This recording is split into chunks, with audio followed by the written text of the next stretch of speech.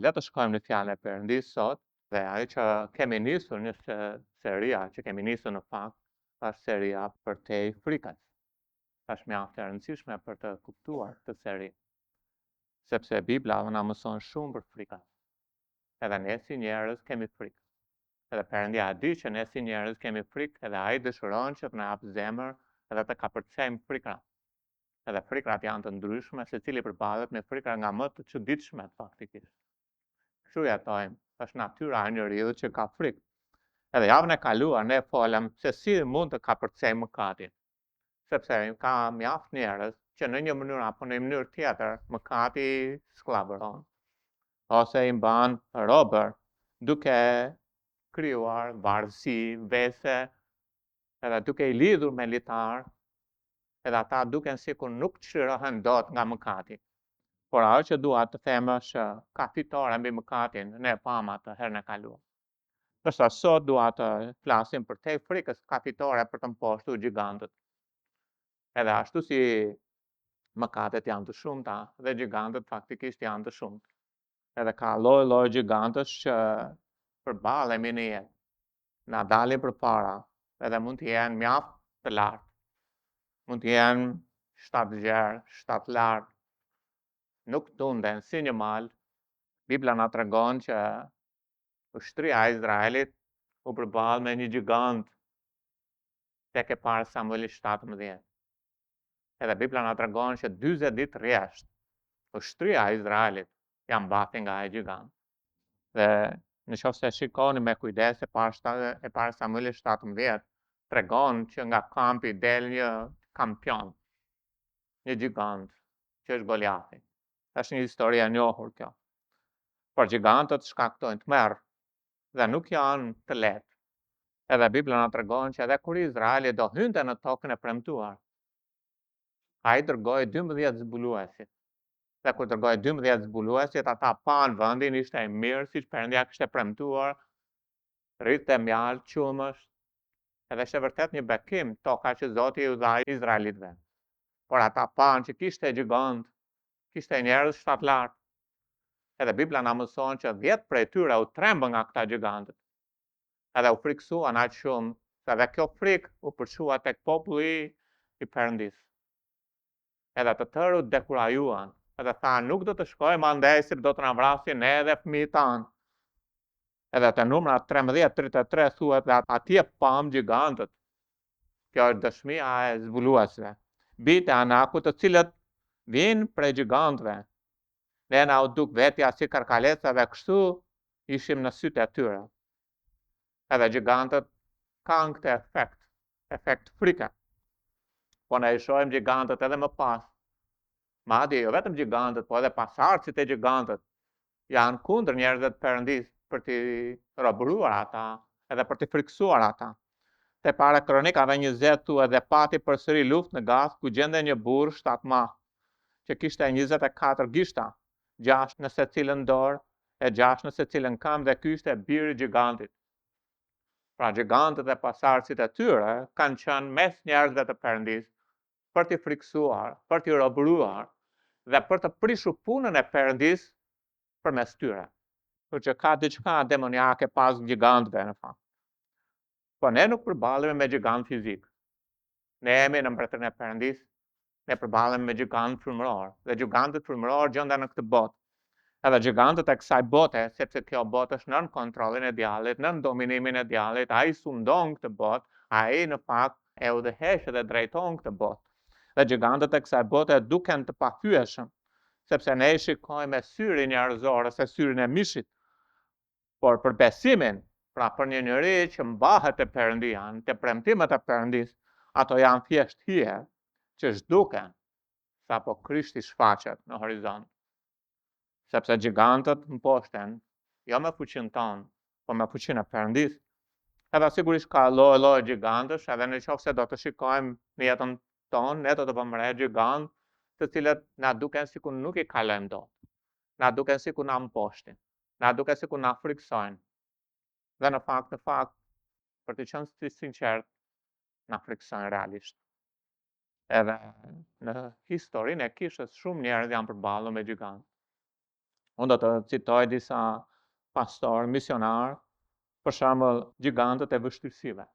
John Wesley tha prit gjëra të mëdha nga Perëndia, bër gjëra të mëdha për Perëndin, dhe mos lejo që asnjë gjigant i vështirësive të ndalojë së shpalluri Ungjillin. Tani kur vim puna për të ndarë Ungjillin, ndonjëherë nuk kemi frikë, ndonjëherë bëhet gjigant, edhe dridha me ta hapim gojën e të flasim për Ungjillin përpara kolegëve, punëdhënësit, përpara dikujt, mbas edhe nga volga. Edhe na bëjnë të dorëzohemi madje edhe në shërbim ndaj Perëndisë. Po John Wesley ishte një fitues i madh i shpirtrave në shekullin 17. Deri në ditën e vdekjes, ai njihte 120.000 dishepull. Ama Zoti e përdori fort atë. Sot nga puna e tij numërohen 75 milion besimtarë. Me mjete të vështira në shekullin 17, bi një kal, duke patur kishën angleze kundër, që ishte kisha zyrtare. Ai udhëtoi 20 kilometra çdo ditë, domethënë 7300 kilometra në vit. Edhe ai tha mos lejo që asnjë gjigant i vështirësive të bëjë ty të ndalosh së foluri për shpëtimtarin. Ai theksonte se asnjë shpirt nuk duhet eliminuar ose nuk duhet lënë pas dore për të ndarë lajmin e mirë. Ai udhëtonte në kalë, siç thash, edhe bëri këtë për 50 vjet. Çdo ditë jetës së tij. Dimër, diell, shi, nga mosha 36 vjeç deri në moshën 87 vjeç. Dhe në moshën 87 vjeç i ofruan një karrocë, sepse nuk qëndronte dot mbi kal. Por ai tha atë që tha. Gjithashtu ai tha edhe për një gjigant tjetër që është egoizmi. Edhe ai tha, giganti më i frikshëm që kam takuar ndonjëherë nuk ishte jashtë meje, por ishte brenda meje, dhe ishte egoizmi im ose dashuria për veten. Kur ky gjigant vdes përmes kryqit, çdo gjigant tjetër bëhet i parëndësishëm. Sepse nuk je ti më, por është Perëndia nëpërmjet teje me fuqinë e tij që punon dhe vepron në këtë planet. John Wesley tha që vetja ishte giganti më i madh, edhe pengesa më e madhe për të qenë një mjet i efektshëm në duart e Perëndisë. Kjo ndodh kur njeriu vjetër, dashuria për veten bëhet qendra e universit, duke kërkuar kënaqësinë, nderin, pasurinë, lavdinë për veten në vend që të kërkosh për Zotin. Ai thoshte që zemra e mbushur me egoizëm nuk mund të jetë tempull i bollshëm i hirit të Perëndisë që derdhet mbi mëkatar. Një gjigant tjetër është giganti i mëkatit ose giganti i mëkateve. Këtë ka thënë Jonathani.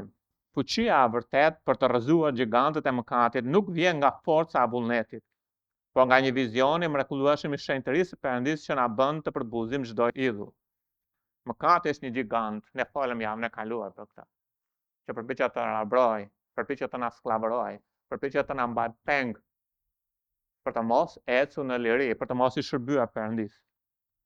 Por mëkati ose mëkatet janë gjithashtu gjigante që përballen të krishterët. Një tjetër gjigant është frika. Edhe në fakt frika i përmbledh të gjithë gjigantët deri diku. Nëse jemi të thirrur për të dëshmuar, frika nuk është një arsye për të heshtur, por një thirrje për të mbështetur te fuqia e Zotit. Këtë e ka thënë Jim Elliot. Frikrat janë gjigant që na paralizojnë për të ndarë Ungjillin, për të dëshmuar për Krishtin, për të predikuar fjalën e Perëndisë. Jimmy tha, unë nuk mund të ndaj Ungjillin me të njëjtët njerëz që dëgjojnë vazhdimisht Ungjillin dhe refuzojnë atë. Unë dua të shkoj të ndaj Ungjillin tek ata që nuk kanë dëgjuar për Jezusin. Nuk mund të rrish mbi një fare të mbjellësh e të ndash të njëjtit person, të njëjtit shok vazhdimisht dhe vazhdimisht. Kjo të ka përcesh garë. Edhe ajo që ndodhi është që ai lëvizi për në Ekuador. Por aty ku do të shkonte thuhej që njerëzit ishin të egër, edhe ishte fisi akua. Edhe jo vetëm që ishin të egër, por kishte dalë name që ishin kanibal dhe i hanin njerëzit. Edhe faktikisht shumë njerëz që kishin shkuar ishin vrarë, nuk kishin kthyer. Por ai tha do të shkoj. Edhe ai shkoi. Edhe ai e vrau frikën. Ai është ai që tha të thënien e mahnitshme. Nuk është budalla, ai që jep atë që nuk mund ta mbaj, për të fituar atë që nuk mund ta humbas. Një ditë motra dhe vëllezër do t'i lëm të gjitha që kemi, që zotërojmë, që në fakt nuk i kemi, madje edhe trupin tonë do ta lëm. Por nuk është budalla ai që jep atë që nuk mund ta mbaj për të fituar atë që nuk mund të humbas. Po ka një listë të gjatë të gjigantëve, edhe unë mos lexoj disa, vështirësitë, mëkati, frika, mosbesimi, ankthi, iluzioni. Të tjerët janë të lumtur nëpërmjet rrjetet sociale, po unë nuk jam. Aq sa ata, edhe fillon edhe krijon një gjigant që lumturia është në gjëra. Përjashtimi, zemërimi, dyshimi, materializmi, bota, zhurma, mishi, subjektivizmi, çdo gjë është relative. Në fakt nuk është çdo gjë relative. Vetmia, djalli, sprovat, hydërimi, mosfalja, janë 18 gjigant që përmenda. Mund të merrem me secilin prej tyre. Ju do thoni s'kam këta, kam një të 19. Nuk ka rëndësi cili është. A mund të ketë 6 gishtrin në një dorë, 6 gishtrin në një tjetër, çfarë rëndësi ka? Mund të jetë një mal i madh, çfarë rëndësi ka? Ka fitore mbi atë gjigant. Perëndia do të na mësoj sot si të fitojmë mbi gjigantët.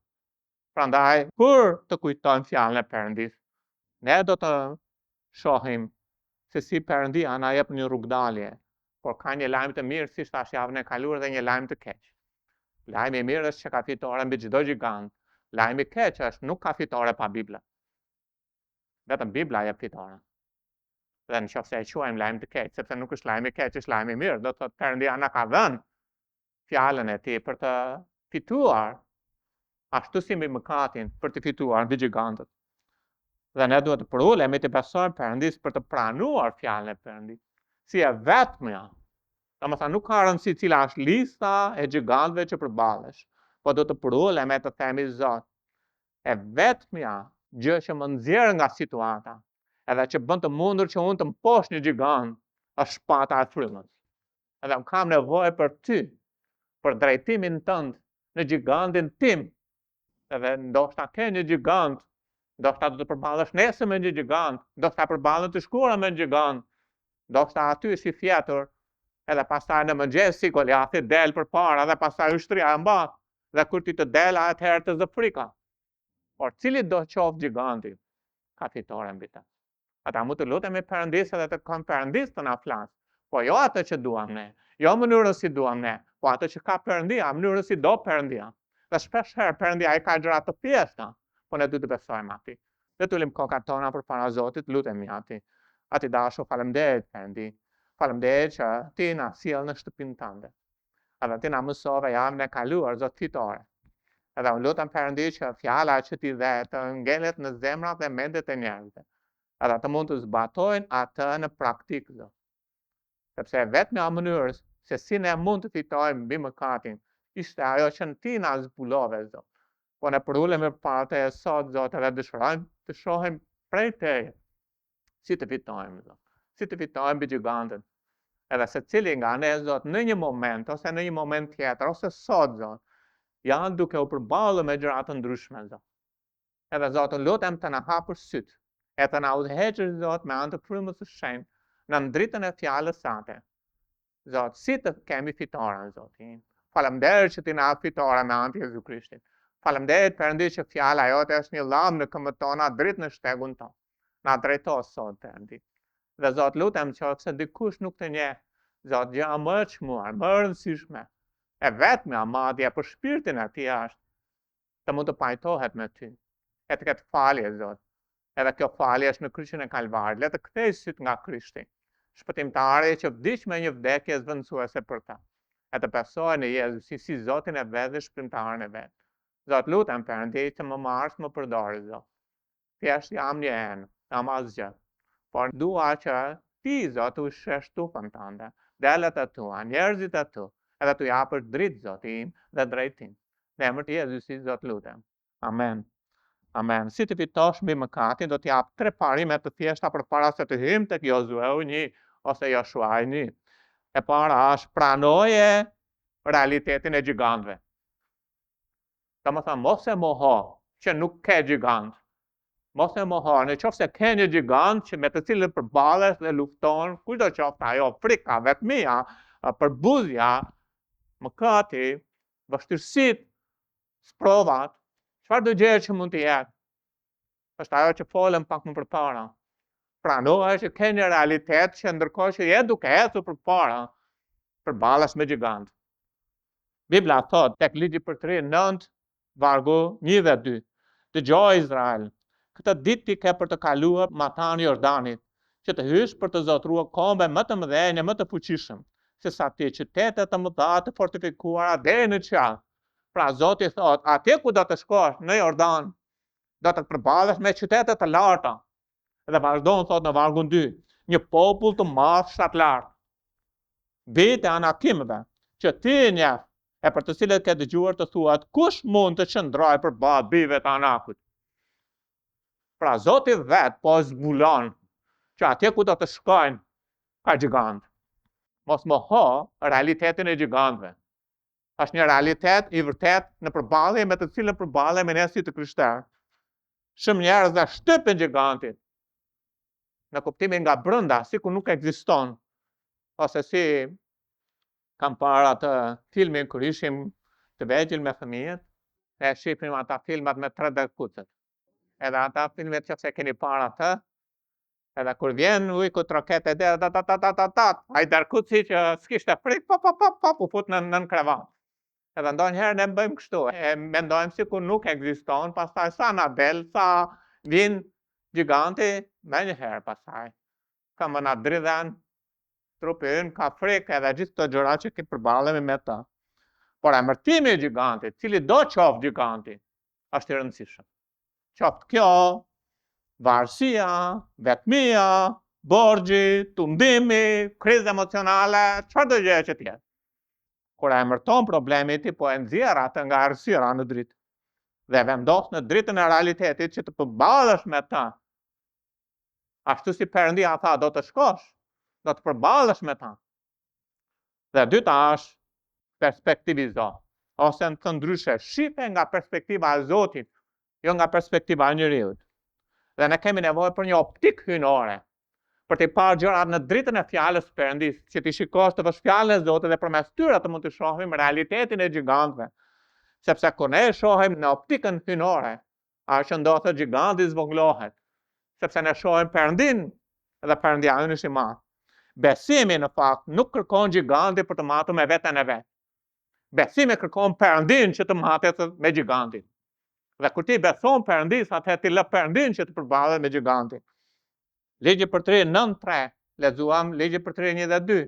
Tani vargu 3, pasi Zoti ka përballur Izraelin me gjigantët, tani një çfarë thot në vargun 3. Kuptoje pra këtë ditë se Zoti Perëndia yt është ai që shkon matan përpara teje.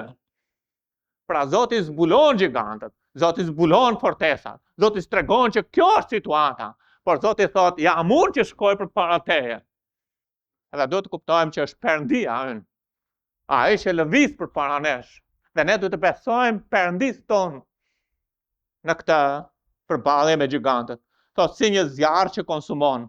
Ai ka për të shkatëruar. Ai, jo unë. Ai ka për të shkatëruar gjigantët, fortesa, gjërat që përballen. Ne nuk duhet të përballemi me gigantin me fuqinë tonë, urtësinë tonë, metodologjinë tonë apo gjërave që mësojmë nga kjo botë. Dhe shpeshherë bota merret me psikologji. Madje shmbase është e vetmja që mendon bota që do të dalë nga situata. Mendo pozitivisht e problemi do iki. Unë e kuptoj që mendimet pozitive kanë efekt të mirë, edhe ka rezultate kur i thua një të sëmuri të marrë zemër, apo një të mirë të shëndosh i thua ja sëmur, ka efekte. Por mendimi pozitiv nuk e mposh gigantin. Giganti është aty. Ti do të përballesh me mënyrën e fjalës Perëndis me gigantin. Edhe Bibla thot që ai ka për të ulur poshtë para fytyrës sate, Zoti. Kështu ke për të dëbuar. Si do t'i dëboj? Zoti është ai që shkon përpara. Zoti është ai që lufton për mua. Zoti është ai që mposh gjigantët. Duhet të besosh atë. Dhe kur e beson, Perëndia fillon të veprojë. Ky nuk është mohim i realitetit për gjigantët, por është njohje e fuqisë së Perëndis dhe njohje e premtimeve të Perëndis mbi këtë realitet. Është Perëndia që mposh gjigantët. frika u shehet ku ne mbajmë sytë mbi gigantin.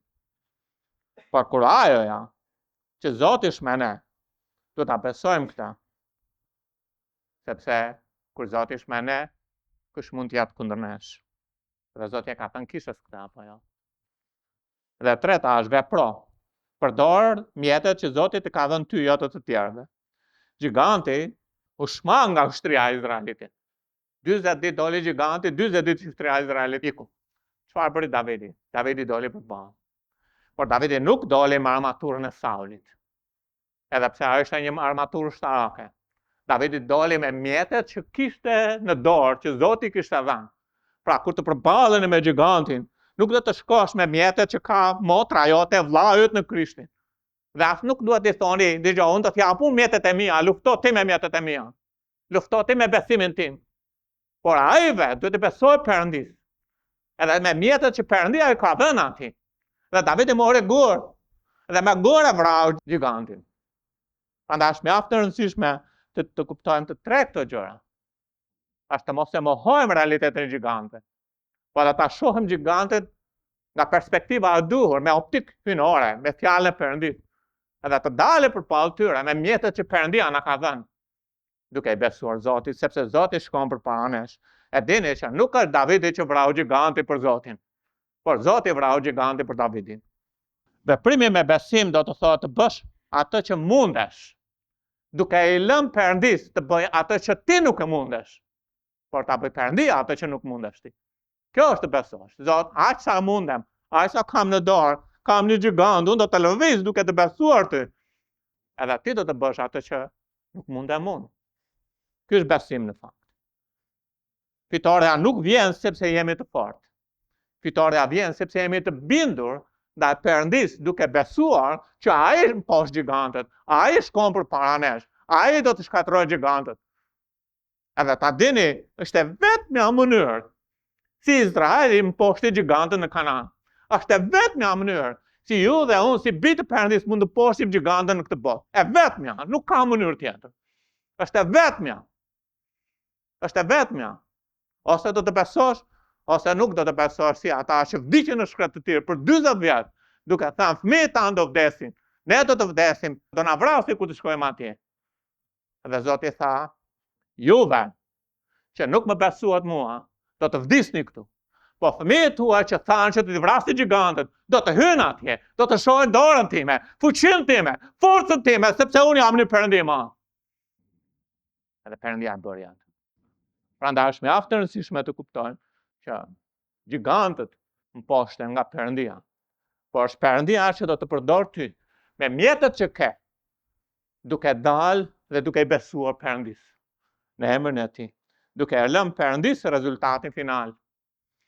Ai që shkon përtej frikës është dikush që ka frikë, por guxon të avancojë pavarësisht frikës në atë që Perëndia i ka premtuar. Ju kujtohet Gedeoni? Gedeoni te kapitulli 6, 7, 8 na prezantohet një njeri i dobët, madje na prezantohet më i vogël i familjes së tij. Edhe Zoti shkon tek ai dhe i thot me këtë forcë që ke. Dhe Gedeoni nuk ishte fuqi. Edhe shikoni çfarë thot. Dhe ai tha, o Zoti, me se kam për të shpëtuar unë Izraelin? Nuk kam ushtri, nuk kam armë, nuk kam asgjë. Më fal pak, po na kanë pushtuar. Ja, familja ime është e varfër në Manase. Dhe unë jam më i vogël i shtëpisë së Timeti. Dhe Zoti tha atij, Zoti tha Mojsiut, shko dhe nxirë Izraelin nga Egjipti. Të shkoj unë, është ushtria më e fuqishme e botës. Zoti tha, do ta nxjerr. Ti shko. Prandaj do të kuptojmë që është Perëndia ai që bën punën për ne, por ne jemi mjeti i tij për të shfaqur fuqinë e Perëndis në këtë planet. Unë do të jem me ty me siguri dhe ti ke për t'i goditur Midianitët si një njeri i vetëm. Edhe dini çfarë bëri Gedeoni? Gedeoni ishte frikacak, ishte si një njeri si gjithë ne. Edhe Zoti i tha, shko dhe shkatroj altarët e Baalit. Edhe vaje që ndodhi, ishte në faktikisht altarët i kishte ndërtuar jashtë i dhe shkoi, nga që nuk ishte kur ajo guxim, shkoi natën dhe nuk e bëri ditën. pastaj mori zemër. Pastaj çfarë bëri? Pastaj u vu në krye të 300 vetëve. Edhe pastaj çfarë bëri? Shfarosi tërë atë ushtri. Por nga pak, domethënë një njeri guximtar është njëri që ka frikë, por guxon të lëviz duke i besuar Perëndis. Kjo është ajo që them. Është guxon të lëviz duke i besuar Perëndis. Dhe Perëndia a di që ne kemi frikë. Dhe Perëndia shpesh herë na jep zemër, dhe do të lexoni në Bibël shpesh herë, mos ke frikë, mos ke frikë, mos ke frikë. Për shembull tek Luka 12:32 thuhet, mos ke frikë o grigje vogël ose o tufë vogël, se është në pëlqimin e mirë të Atit që t'i jap ty mbretërinë. Jozueu 1:9, Zoti i mësoni Jozueut e thot, a nuk të kam urdhëruar unë, i fort dhe me kurajo, mos ke frikë, mos u trondit, sepse Zoti Perëndia yt është me ty kudo që të shkosh. Te Filipianë 1:14 thuhet, dhe shumë prej vëllezërve në Zotin duke u inkurajuar prej prangave të mia, janë shumë më të guximshëm për të folur fjalën pa frikë. Pa frikë, pra morën zemër për shkak të vuajtjeve të palit. Prandaj çështja e guximit është të shkosh përtej frikës. Ky është parimi bazë, janë disa nivele të frikave në fund të fundit ose të thella, por në fund të fundit ka frikë të mirë dhe frikë të keqe. Ka frikë të mirë, për shembull thuhet tek Mateu 10:28, mos ki frikë ata që vrasin trupin, por nuk janë në gjendje të vrasin shpirtin. Por më tepër kene frikë. Pra mos ki frikë, por ki frikë. Frika e mirë është të kesh frikë Zotin. Frika e keqe është të kesh frikë njeriun. Frika e njeriut për bën la. Frika e opinioneve të tjerëve për ty për bën la. Në vend që ti jetosh për të pëlqyer Perëndis, jeton për të pëlqyer të tjerëve. Por nëse do të pëlqesh njëherë dhe nuk mund të jesh shërbëtor i Perëndis, është e pamundur. Këtë thot Galatasit kapitulli 1 vargu 10. Tan le të lexojmë Jozueu 1 vargu 1 deri në 9 të mësojmë 3 parime në këtë përfitore. Jozueu kapitulli 1 vargjet 1 deri në 9. Thot tani pas vdekjes së Mojsiut, shërbëtorit të Zotit, ndodhi që Zoti i foli Joshuait, birin Nunit, dhe shërbëtori Mojsiut duke thënë: Mojsiu shërbëtori im vdiq, tani pra ço dhe kalo matan këtij Jordani, ti dhe gjithë ky popull, pikërisht bijtë e Izraelit në truallin që po ju jap. Çdo vend që të shkel shputa këmbësuaj, ju a kam dhënë juve, siç ja dhash Mojsiut, që nga shkërtëtira e këtij Libani deri në lumin e madh, lumin e Ufrat, i gjithë trualli i hititëve, dhe deri në detin e madh, në drejtim të perëndimit të diellit, ka për të qenë kufir hyt. Asnjë njeri s'ka për të qenë në gjendje të qëndrojë përballë në të gjitha ditët e jetës sate.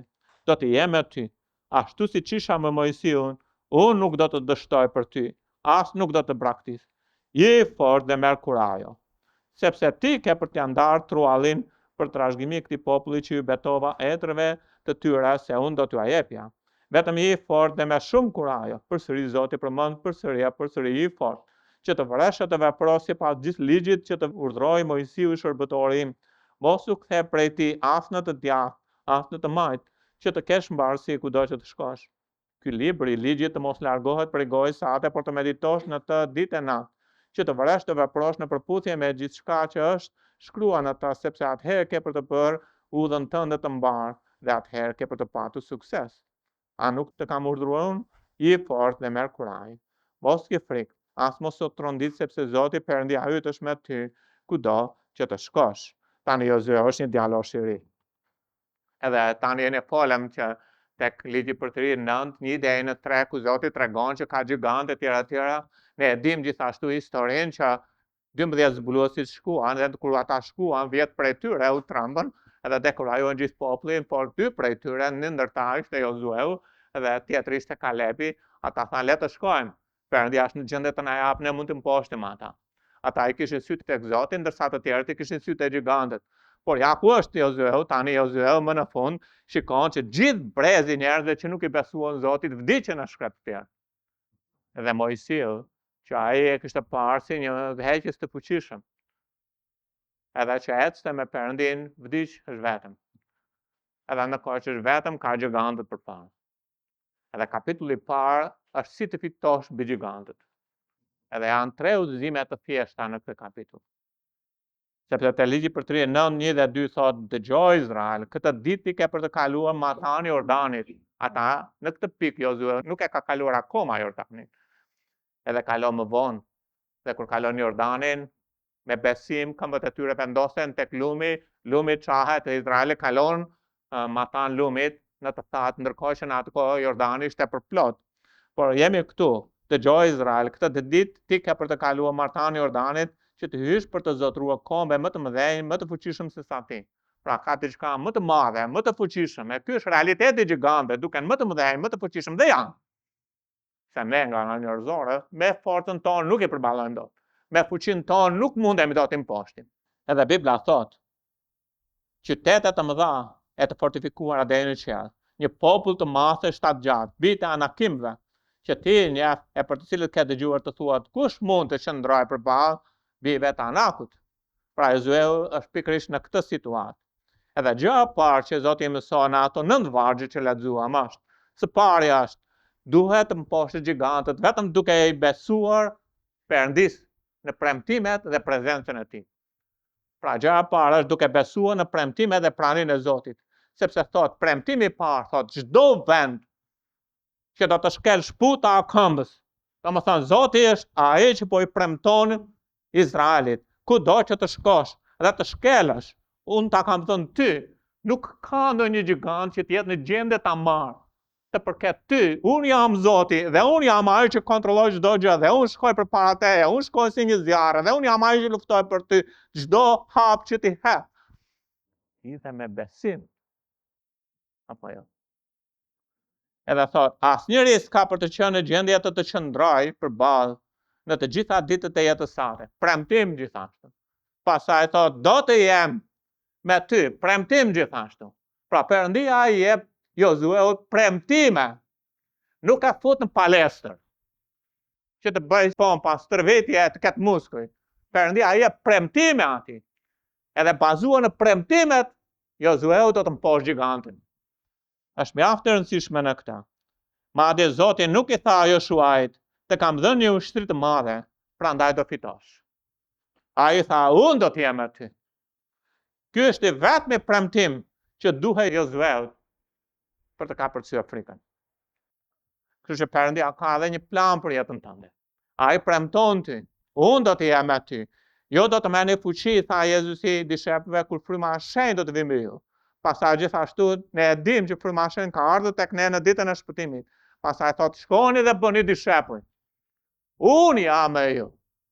Gjithë ditën është premtim, po Zoti është gjigant aty, po do të shkoj atje. Ai pedagogu do më fyej, ose kolegu do më fyej, po ti je i krishter, ose ata nga Volga do më tallin. E dini çfarë? Merr zemër, forcoj këmbët e tua sepse unë jam me ty.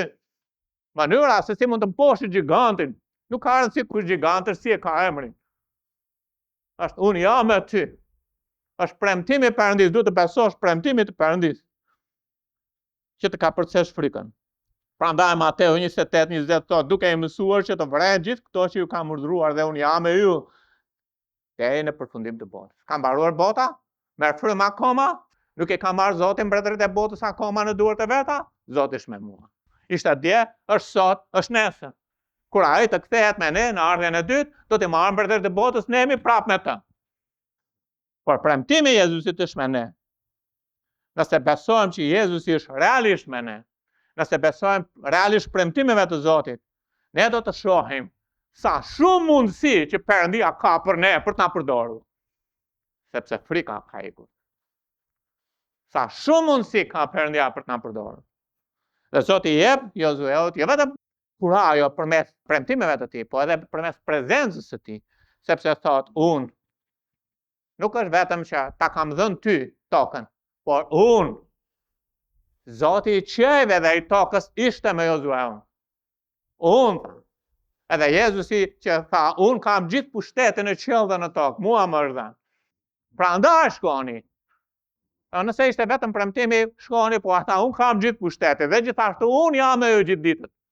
Edhe Zoti është duke i thënë Jozueut pikërisht këtë, prezenca ime do të shoqëroj ty. Tek Eksodi 33:15, Mojsiu i thot Zotit, në rast se ti nuk vjen me ne, në rast se prezenca jote nuk vjen me ne, mos na dërgo. Ai e donte prezencën e Zotit. Edhe pikërisht këtë prezencë Zoti po i jep Joshuait ose Jozueut. Edhe i thot, unë, siç kam qenë me Mojsiun, unë do të jem me ju. Dhe me qëra fjala, Zoti ishte me Jozuel. Edhe ne të gjithë jemi në Krishtin. Edhe Jozuel është lloji shpëtimtarit tonë. Edhe Jezus është me ne gjithë ditën. Ne nuk duhet të bëjmë të mençuri me Zotin. Ne duhet të pranojmë Zot, nuk im poshtë do gjikant. Zot nuk ka mundësi si të rrisë fëmijët. Më ndihmo. Nuk di si të përmbush rolin tim në familje. Më ndihmo. Nuk di se si të mund të fitoj shpirtrat e humbur. Më ndihmo. Nuk di Zot si ta bëj shërbimin. Më ndihmo. Kur ne zbrazemi tek Ai, edhe kërkojmë atë që të na marrë, të na përdor, kemi fuqi. Kur ne lartësojmë veten tonë, në aftësinë tonë, në fuqinë tonë, në intelektin tonë, jemi ne që dim të mësojmë të tjerëve si të bëjmë punën. Në fakt, Zoti do të mësoj si ta bëni punën. Por kur themi me përullësi, Zot nuk di jam e mençur. Nuk di si të ndau Injillin pa urtësinë tënde. Nuk di si të jetoj jetën e krishterë. Më ndihmo. Edhe në qoftë se jam prind i Zotit, punëtor i Zotit, përsëri kam nevojë për një mençuri më të madhe se imja, sepse gaboj. Sepse jam njeri. Apo jo? Sepse Jezusi tha, pa mua nuk mund të bëni gjë. Të pranoni, nuk bëni dot gjë, nuk rrisni dot fëmijët, nuk bëni dot prindërimin, nuk bëni dot bashkëshortin, nuk bëni dot bashkëshorten, nuk bëni dot pa Jezusin, nuk bëni dot. Është e urtë, është e mençur. Nuk mund të fitoni dot një shoqe pa Jezusin. Nuk mund të jeni ai që duhet të jeni në punë pa Jezusin. Nuk mund të torzoheni vetë tek Ai.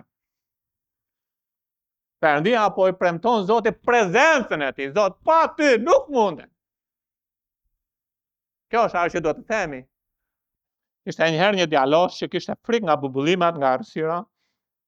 Edhe ajo që ndodhi ishte që jashtë shtëpisë së tyre kishin një kasole ku mbani disa gjëra. Edhe mamaja i tha djaloshit, shkoj, tha na merr një shishe vaj.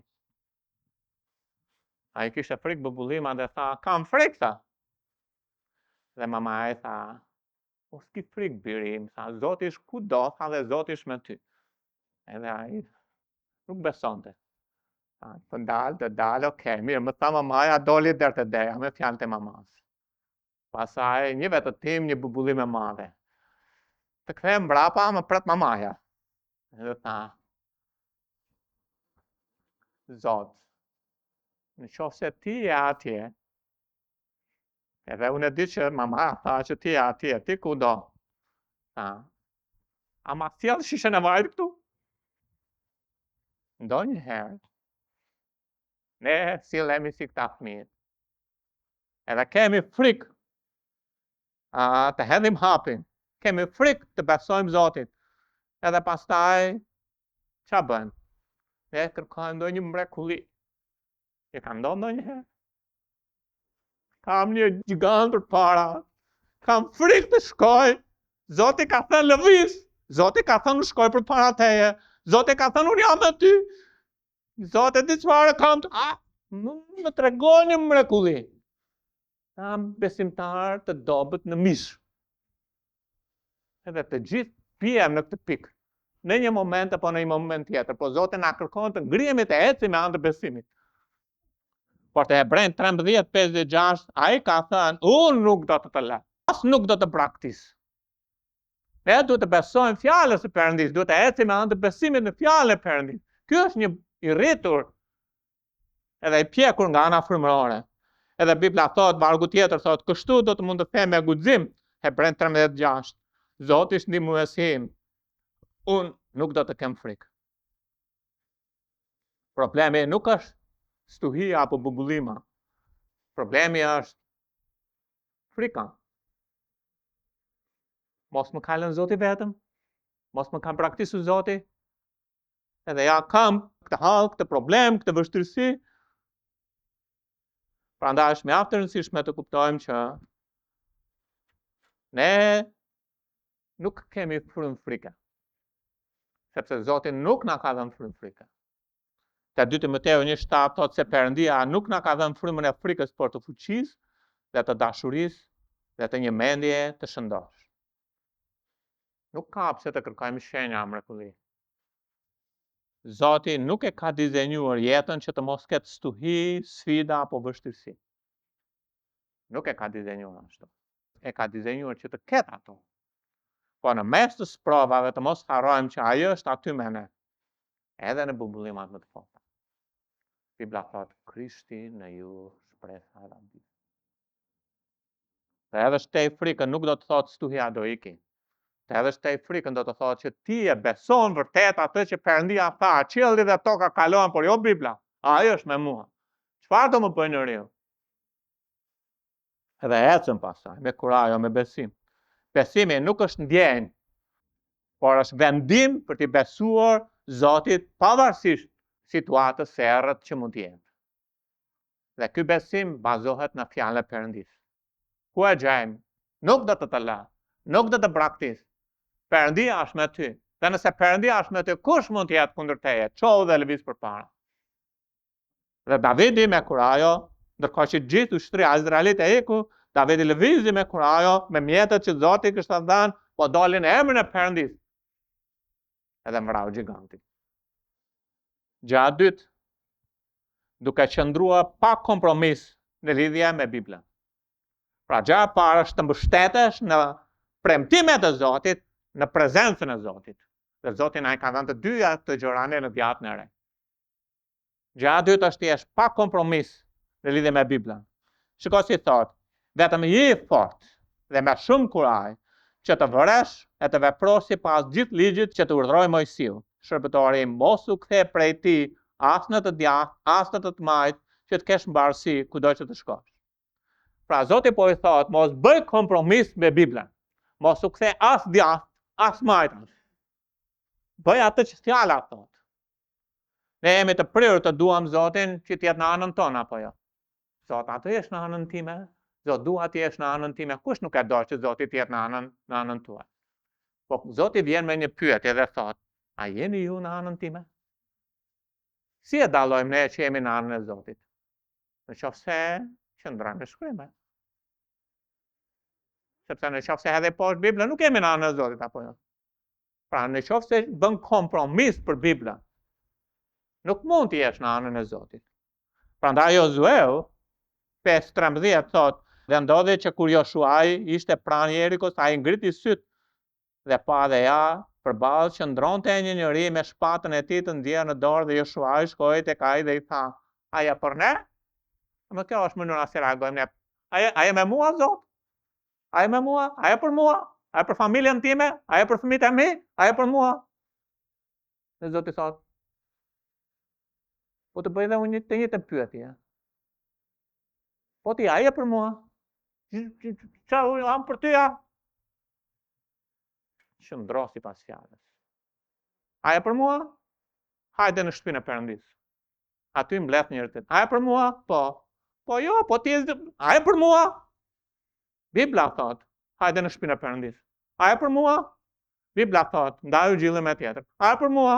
Bibla thot, besoj premtimeve të Perëndisë. A je për mua? Po Zoti jo, a je ti për mua? Zot, të lutem, për fëmijët e mi, për familjen time, për mua, për motrën, për vllahun, për mua. A je për mua, Zot? Zot, a je për mua?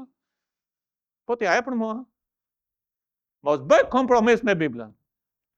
Domethënë që të mposhtë gjigantët, gjëja e parë është mbështetur në premtimin e Zotit. Gjëja e dytë është mos bëj kompromis me fjalën e Zotit, mos u shmang as majta, as djatha. Ashtu siç thash, nuk e futi në palestër. Nuk i thash stërvituni me shpata, po i tha 3 gjëra. E para është, bau, unë jam Zoti, unë do të shkoj para teje, unë do të jem me ty. Kujto premtimet e mia. E dyta është, mos u shmang nga Bibla. Mos devijo nga fjala e Perëndisë, qëndro me fjalën e Perëndisë. Çfarë do sfidë vështirësie ke? Dhe sikur të gjithë të praktikojnë, ti qëndro sepse unë jam me ty, unë do të kujdesem për ty, të mposh gjigantët. Dhe bota sot, kisha sot, të krishterët në këtë botë sot, kërkojnë një njeri që shëndron mbi fjalën e Perëndisë. Dhe Perëndia është duke parë kush është ai që është në anën e Perëndisë, që nuk bën kompromis me Biblën. E di që e kanë zbutur ungjillin. Zoti të do Nuk ka rëndësi, e katolik, ortodok, po je me Jezusin ditë dhe me parajs. Se nuk është ashtu. Ka gjë, me Jezusin ti po, me Jezusin po, beson Jezusin, beson, hajde me në kish, je i shpëtuar, lavdi Zotit shkon parajs. Ne japim vulla për të shkuar parajs. Bibla thot, tregoja ati që ka një gjendje mëkatare përpara Zotit. Tregoja ati që mëkati çon në ferr. Isha duke në folur një herë me një të ri edhe një që bënte sandwich, më dëgjoi edhe më ndaloi dhe tha, pse e flet djalit ti e frikson atë djalin. Ti thua atë djalit do shkojë në ferr, larg qof. Çfarë janë këto mendime që flet ti për të? Edhe ne kemi një botë që është kundër, dhe shpesh edhe të krishterët janë kundër të qëndruarit, edhe të lexojmë atë pjesë të Biblës që na pëlqen. E doni ta dini këtë po? Shikoni një herë për kuriozitet. Ndonjë varg që vërtet juve ju pëlqen, e lavdi Zotit Bibla se gjitha duhet na pëlqej, edhe në qoftë se vargu thot diçka që Zoti të do ty, do kujdeset për ty, për familjen tënde, të gjithë do ta pëlqejnë atë. Po në qoftë se edhe shkruat dikush që mëkati do të gjejë në qoftë se mëkaton. Është një Perëndi. Më fal. Ai është shumë i ashpër faktikisht apo? Çik shumë i ashpër, ai poli shumë ashpër. Duke folur me një vëlla një herë për mënyrën si bëhet shërbimi, ka dy mënyra. Njëra mënyrë mund ta thuash të vërtetën, ashpër, edhe kuptoj këtë gjë, dhe nëse e thua ashpër, nuk ka efekt, sepse Bibla thotë duhet të flasësh me dashuri, tjetra është nuk flet fare. Asnjë. Të dyja prishin shërbimin. Edhe nëse e prindi fëmijë, të dyja prishin fëmijën. Edhe nëse e ashpër me fëmijën. Ti do të prisësh atë. Po dhe nëse nuk flet fare, sepse fëmija do të psikologjiset edhe ku di çfarë do të ndodhë fëmijës, do traumatizohet sepse kështu na mëson psikologjia e botës, nuk flet fare. Ai do të prishet. Edhe kur nuk flet, edhe kur flet. Dhe Bibla thotë qëndro në fjalën e Perëndis, as majtas, as djata, si thot Bibla. Bibla është ekuilibri përsosu, nuk është ekstremiste. Fatkeqësisht mjaft kisha hequr dorë nga Bibla si autoriteti i tyre i vetëm dhe i pandryshueshëm, duke synuar zhvillimin përmes opinioneve. A në bëjmë një rreth bashkë, si do zhvillohet, kisha flasim bashkë. Duke u mbështetur te kultura, s'ka ndonjë gjë, si po evoluon kultura dhe duan ta zhvillojnë kishën përmes kulturës. Edhe të krishterët duan ngujdulisje veshësh. Në qoftë se ka ndonjë fjalë të mirë do vete, po në qoftë se po predikon kundër mëkatit, kundër dashurisë për veten, kundër edhe të vdesësh në vetes, të marrësh kryqin, të ndjekësh Jezusin, më fal, do vete në një vend tjetër. Ç'ke bëj? Ai pastori im është i ashpër, nuk është i mirë. Ktu ka përfunduar kisha. Fatkeqësisht. Por ne duhet të përshojmë lajmin e mirë tek njerëzit. Ne nuk jemi ata që shpëtojnë njerëzit, ne jemi ambasador. Dhe ne themi lajmin e mirë që Perëndia ka për ta. Është Perëndia që do t'i shpëtojë. Është lajmi i mirë fuqia e Perëndisë për shpëtim. Ne nuk mund të zbusim mesazhin e Perëndisë. Po as nuk mund ta shpërsojmë gjithashtu. Ta themi siç është. Zoti thotë jam mëkatar, Zoti thotë mëkatet çon në ferr, Zoti thotë nëse vdes do shkosh në ferr, nuk është me hamendësime, është sigurt. Nuk shpëton dot veten, nuk të shpëton feja, por Zoti ka një rrugë shpëtimi. Po jo vetëm thjesht Zoti është dashuri, Zoti është dashuri, Zoti është dashuri, vajta të dëgjova një herë një predikim, edhe me të drejtën skandalizova. Edhe tha, besoni te Jezusi do shpëtoheni, edhe okay, mirë, kaq, vetëm kaq, dhe një njeri nuk kupton pse do të besojë te Jezusi. Sepse në qoftë se ti nuk kupton që ka nevojë për një shpëtimtar, si mund të thrasësh shpëtimtarin? Në qoftë se ti je në mes të detit duke u mbytur, si mund të thrasësh ndihmë? Ti nuk thret dot ndihmë. Ti je në një jahtë në fakt. Si e duke u mbytur? Sepse kështu ta kanë zbuluar. Ishte një herë dy vëllezër dhe shkuan faktikisht në Afrikë. Edhe ndërkohë që shkuan në Afrikë, ajo që ndodhi ishte lexuan çik tani si sillen kafshët.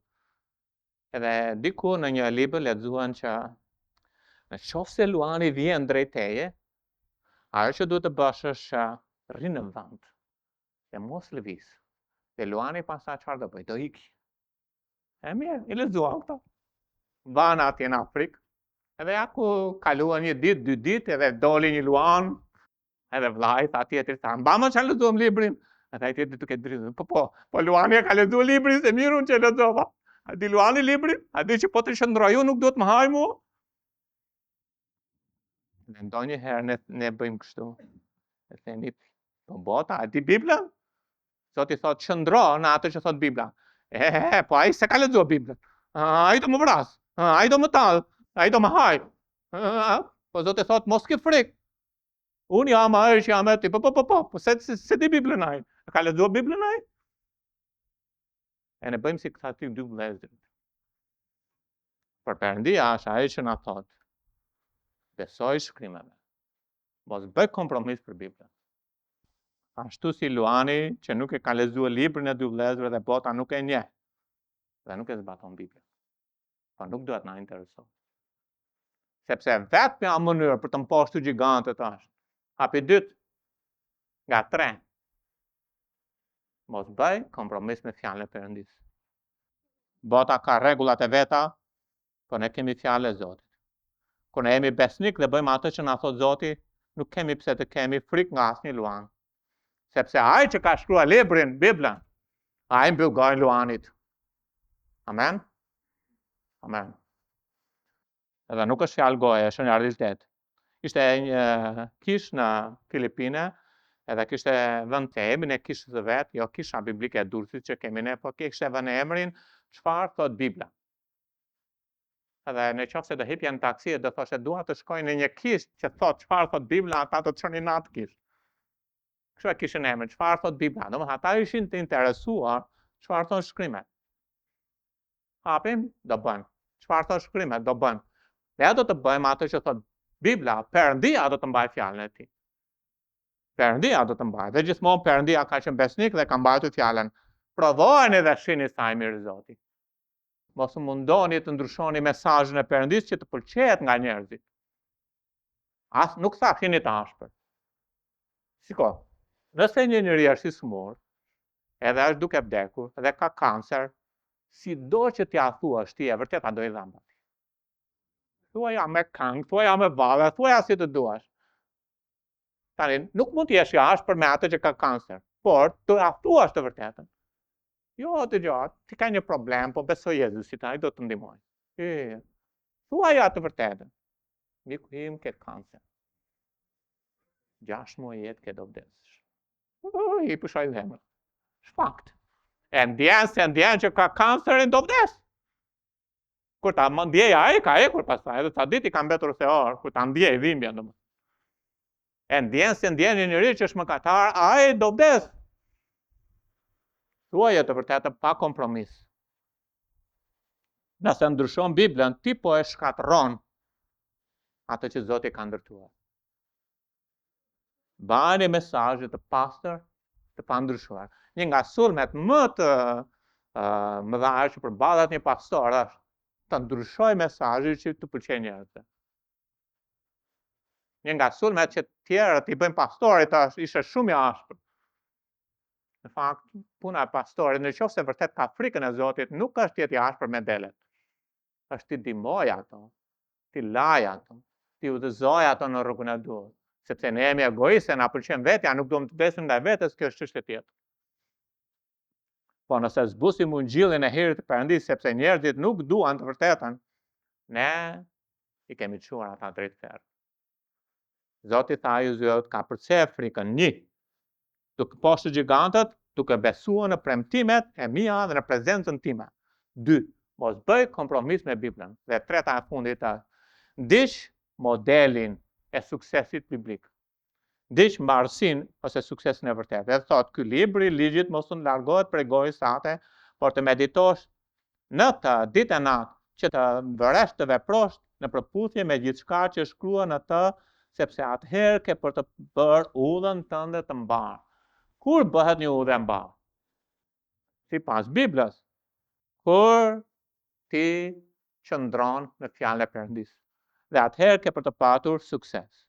Suksesi vjen kur mendimet, meditimet, tani kuptoni diçka.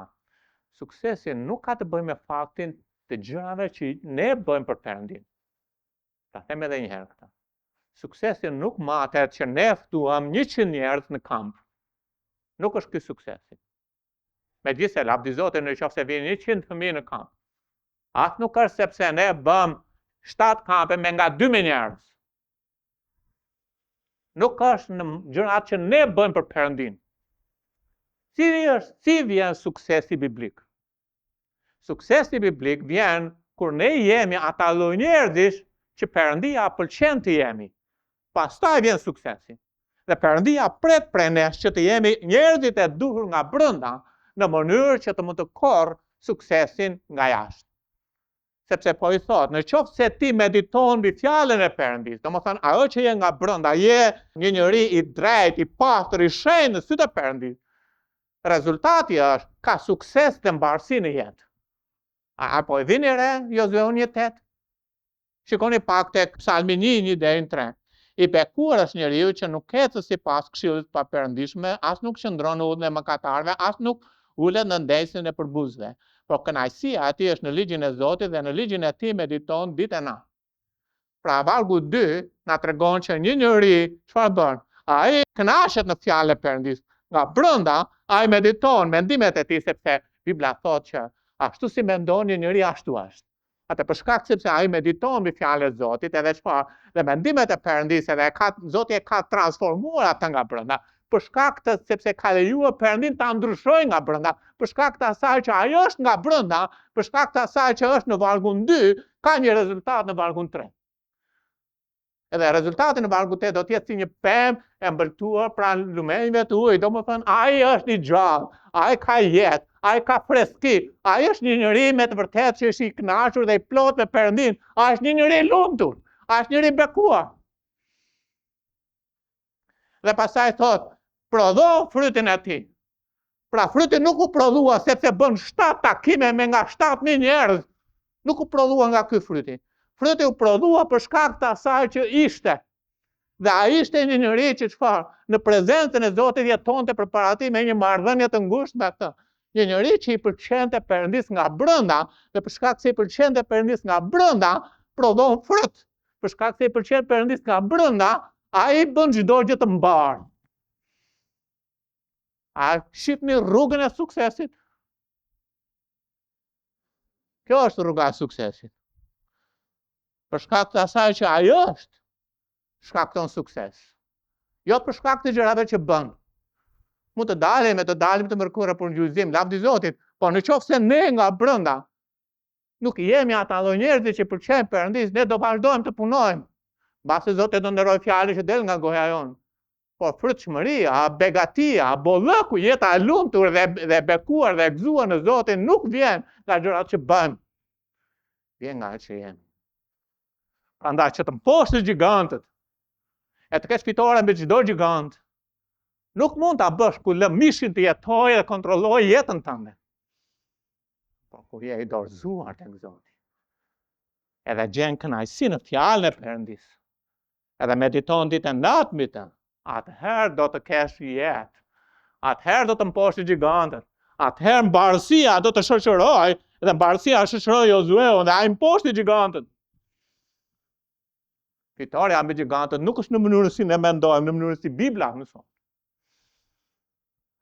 Aktivitetet që ne bëjmë, sa njerëz sjellim në kish, sa shërbime bëjmë, nuk janë ato që tregojnë suksesin. Rezultati bëra këtë, prandaj isha suksesim, nuk është ajo. Karakteri. Karakteri është baza që jep frutin bazuar në karakter. Prandaj Bibla thotë që besimi t'i shtoni virtyt, karakter, një njeri të shenjtë, një njeri që e do Perëndin, një njeri që jeton për Perëndin, një njeri që nga brenda ka pasion dhe zemër për Zotin, një njeri të drejtë.